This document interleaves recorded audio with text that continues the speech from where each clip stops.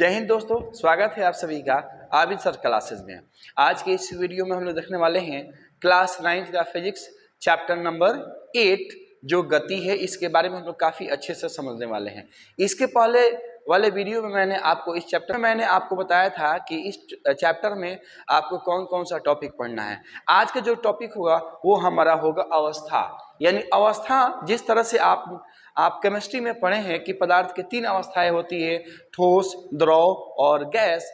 ठीक उसी तरह से फिजिक्स में भी पदार्थों की 2 अवस्थाएं होती है।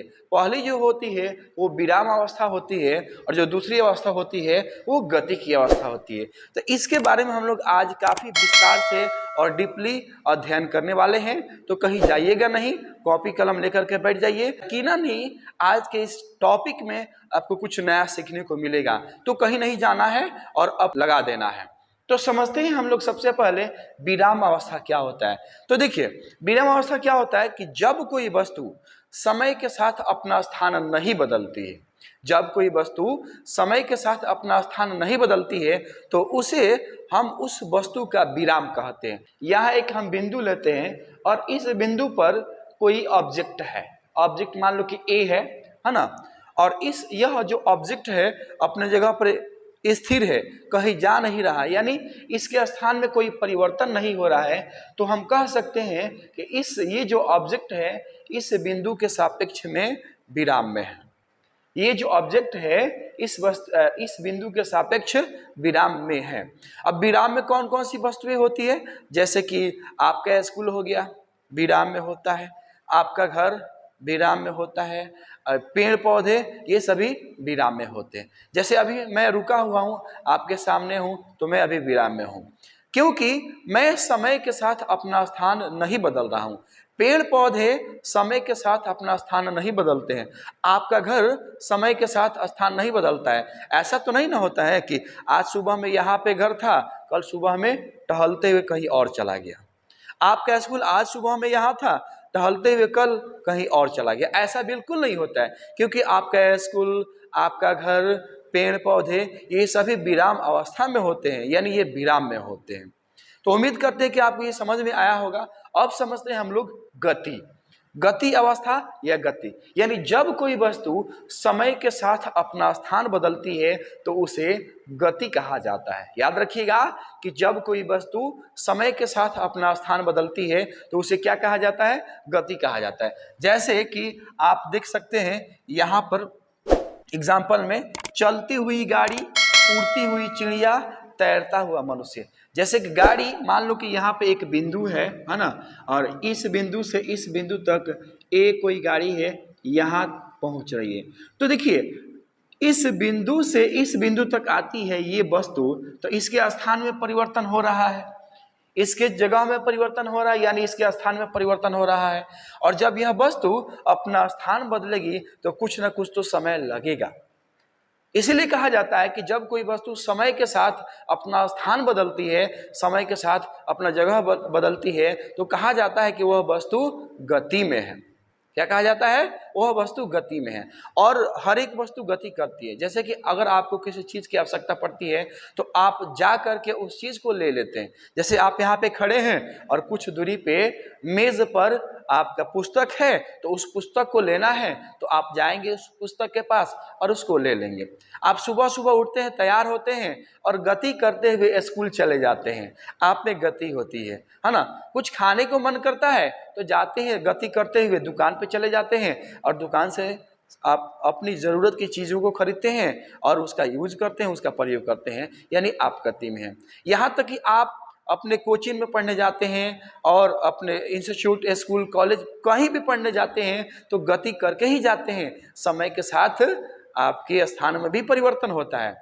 इसीलिए कहा जाता है कि जब समय बदलेगी, यानी कहने का मतलब जब आप स्थान बदलिएगा तो साथ ही साथ समय भी लगेगा। ठीक है, उम्मीद करते हैं कि आपको यह समझ में आया होगा।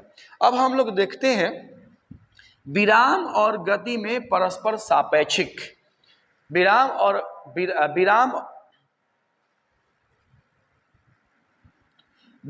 और गति परस्पर सापेक्षिक है। विराम और गति परस्पर सापेक्षिक है। अब इसका मतलब क्या हुआ? इसका मतलब ये हुआ कि हम लोग विराम के बिना गति की कल्पना नहीं कर सकते हैं और गति के बिना विराम की कल्पना नहीं कर सकते हैं। इसको मैं आपको एक एग्जाम्पल से समझाता हूँ।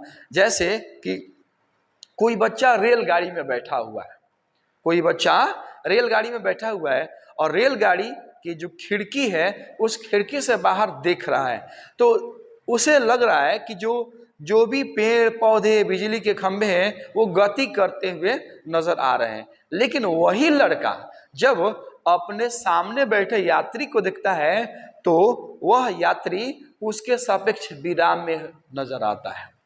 अगर इसका हम विपरीत करें तो अगर कोई व्यक्ति बाहर रेलगाड़ी से बाहर रेलगाड़ी को देखता है तो रेलगाड़ी गति में नजर आती है, और वही व्यक्ति अपने पास खड़े किसी व्यक्ति को देखता है तो वह व्यक्ति उसके सापेक्ष में विराम में नजर आता है। अर्थात आप कह सकते हैं कि विराम और गति परस्पर सापेक्षिक होते हैं।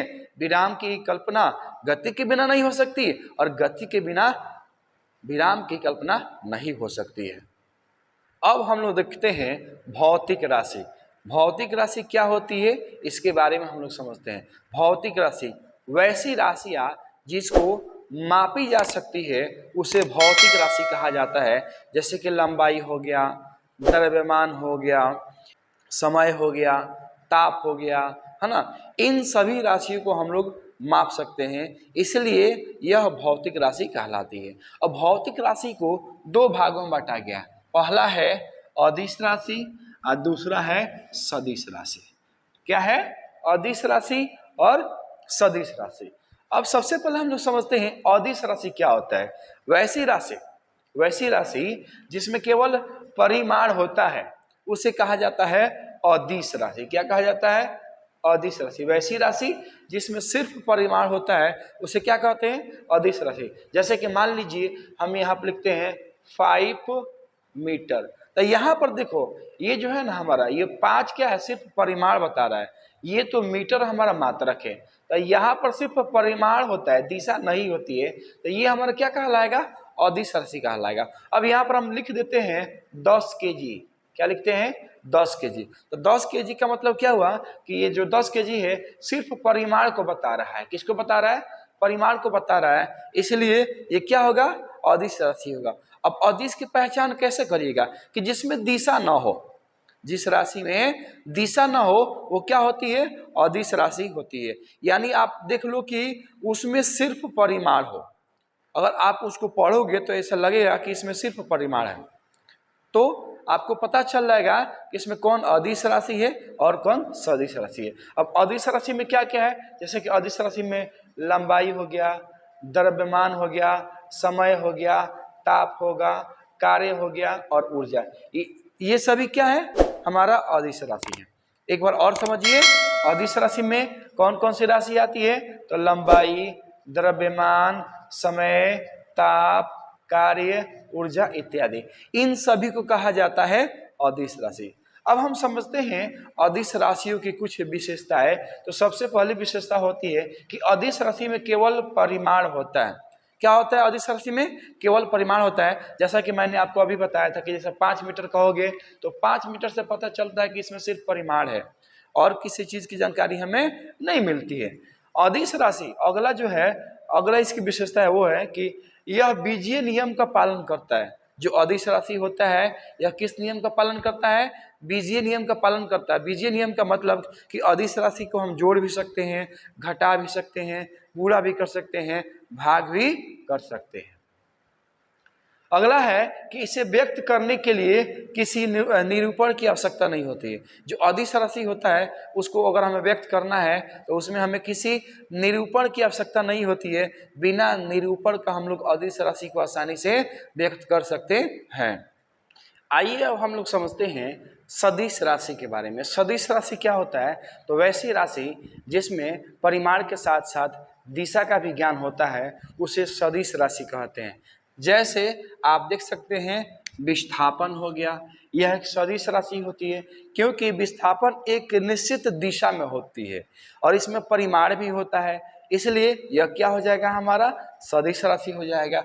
वेग हो गया, तो ये जो वेग होता है यह भी एक दिशा में होता है, निश्चित दिशा में होती है, इसलिए वेग भी क्या हो जाएगा, हमारा सदिश राशि हो जाएगा। त्वरण भी क्या होता है, त्वरण भी हमारा सदिश राशि होता है। बल हो गया, बल भी क्या होता है, जो हम बल का प्रयोग करते हैं, तो बल का प्रयोग हम एक निश्चित दिशा में करते हैं, उसका एक दिशा होता है, इसीलिए बल भी क्या हो गया, हमारा सदिश राशि हो गया। समवेग जो होता है यह भी क्या होता है, हमारा सदिश राशि होता है। अब जैसे मान लो कि बल के बारे में ही बात करते हैं, यहाँ पे मेरे पास एक बड़ा सा लकड़ी का गुटखा है और इस पर हम बल लगाते हैं, क्या करते हैं, इस पर हम बल लगाते हैं, 5 न्यूटन का बल लगाते हैं, तो इसकी दिशा क्या इधर है, ये जो गुटखा है इधर की तरफ खींचेगा, यानी हम एक निश्चित दिशा में बल लगा रहे हैं, है ना, क्या कर रहे हैं, एक निश्चित दिशा में बल लगा रहे हैं, इसलिए हमारा बल क्या होगा, यह हमारा सदिश राशि होगा।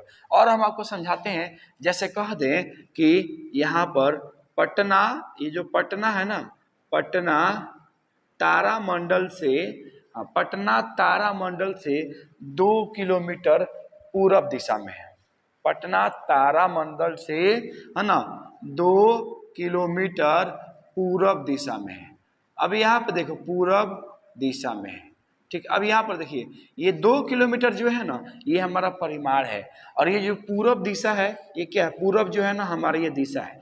तो इससे ये पता चल रहा है कि जो सदिश राशि है इसमें दिशा का भी ज्ञान होता है। किसका ज्ञान होता है, दिशा का भी ज्ञान होता है, इसमें दिशा भी होती है। अब आइए समझते हैं हम लोग सदिश राशि का कुछ विशेषता। सदिश राशि के कौन कौन सा विशेषता होता है, वो सबसे पहले है कि इसमें परिमाण के साथ साथ दिशा का भी ज्ञान होता है।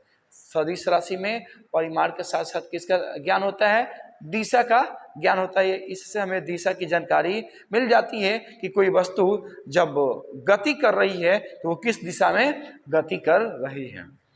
ये सदिश जो होता है यह बीजीय नियम का भी पालन करता है, अदिश की तरह यह भी बीजीय नियम का पालन करता है।